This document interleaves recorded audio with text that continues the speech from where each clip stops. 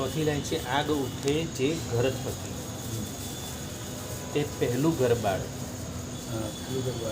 એટલે કે કોઈ પણ ઘર હોય જ્યાંથી આગ નીકળે તો સૌથી પહેલાં તો પોતાને જ બાળવા. એટલે વાત તો ઘરની ચાલે છે પણ હવે આપણે આપણા આત્મઘરની વાત કરવાની.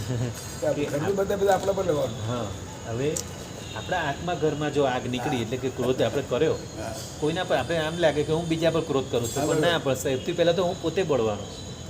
સૌથી પહેલાં તો આપણને જેને બી બીપી છે, હાઈ બીપી, લો બીપી વગેરે, તો આ ક્રોધ કરો ને એટલે સૌથી પહેલું તો બીપીમાં પ્રેશર આવી જવાનું.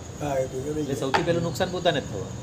અને અંદરથી તો એવો બળાપો થાય, અંદરથી એટલું બધું આમ આર્ત ધ્યાન થાય. ક્રોધ બહુ ખરાબ વસ્તુ, એવું આર્ત ધ્યાન થાય ને. અને જો આર્ત ધ્યાન વધતું જો રૌદ્ર ધ્યાન થઈ ગયું તો, અને એ સમય જો આયુષ્યનો બંધ પડ્યો તો નરકની ગતિ થાય. ક્રોધ એટલો ભયંકર છે. અને આર્ત ધ્યાનમાં તો તિર્યંચની ગતિ. જો આયુષ્યનો બંધ ગમે ત્યારે પડી શકે. હા, આપણને આયુષ્યનો બંધ કોઈ પણ સમય પડી શકે.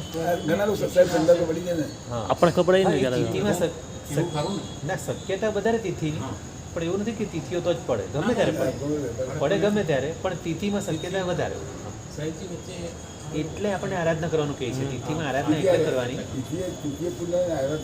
તિથિ આરાધના એટલા માટે કરવાની કે તમે આખો દિવસ સુખ ધ્યાનમાં રહો, કંઈ પણ ઉપવાસ આંબીલ વગેરે કર્યું હોય અને તમે ધર્મ ધ્યાનમાં હો એટલે ગુસ્સો વગેરે કસાયો થવા ઓછા થાય. અને એવા શુભ ધ્યાનમાં રહો તો તમારો શુભ આયુષ્યનો બંધ પડી જાય તો તમે દેવલોકમાં જઈ શકો અથવા બીજી વાર મનુષ્ય પણ બની શકો.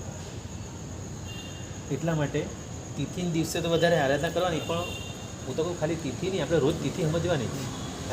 ક્રોધ કરવા જેવો જ ને. દેવલોક બનવા કરે મનુષ્ય બનવા સારું થાય કીધું સાહેબ. એનું કારણ છે કે મનુષ્યની સંખ્યા જ ઓછી છે. અને મનુષ્યને બનવું છે દેવ, અને દેવોને બનવું છે મનુષ્ય. દેવો કેટલું બધું આજ ભગવાન બધી જાય. દેવો મનુષ્ય બનવા માંગે છે. એટલે આપણને છે ને મનુષ્યને દેવાનું પ્રિય કહેવાય છે. ભગવાન બોલે છે કે દેવાનું પ્રિય, કેમ કે દેવોને પ્રિય છે મનુષ્ય બનવું.